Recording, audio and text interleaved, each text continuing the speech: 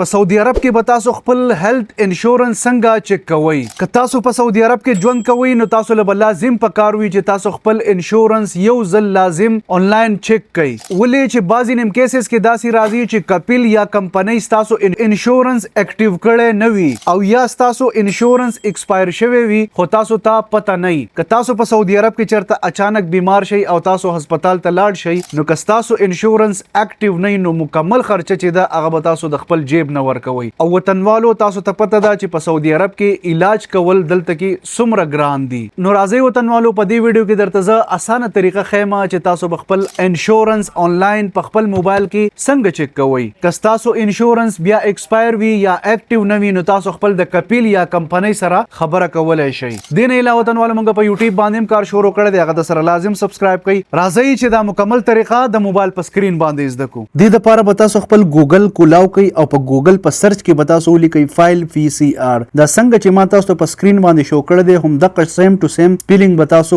ولیکئ او بیا به په دې اولني ویب سایټ باندې تاسو کلیک واخلئ. چې ویب سایټ تاسو کولاو کوي په دې سرچ کې به تاسو ولیکئ کونسل اف هیلث انشورنس او بیا په دې سرچ بٹن باندې تاسو کلیک واخلئ. دا اولنې کم ارټیکل چې تاسو ته شو کیږي په دې به کلیک کړئ. دې نه پس په دا تاسو لاندې سکرول کړئ. دې اخر ته چې تاسو راشئ دلته کې به تاسو په دې انشورنس انکوایري سروس باندې تاسو کلیک واخلئ. دا به ورته تاسو ایکسپټ کړئ.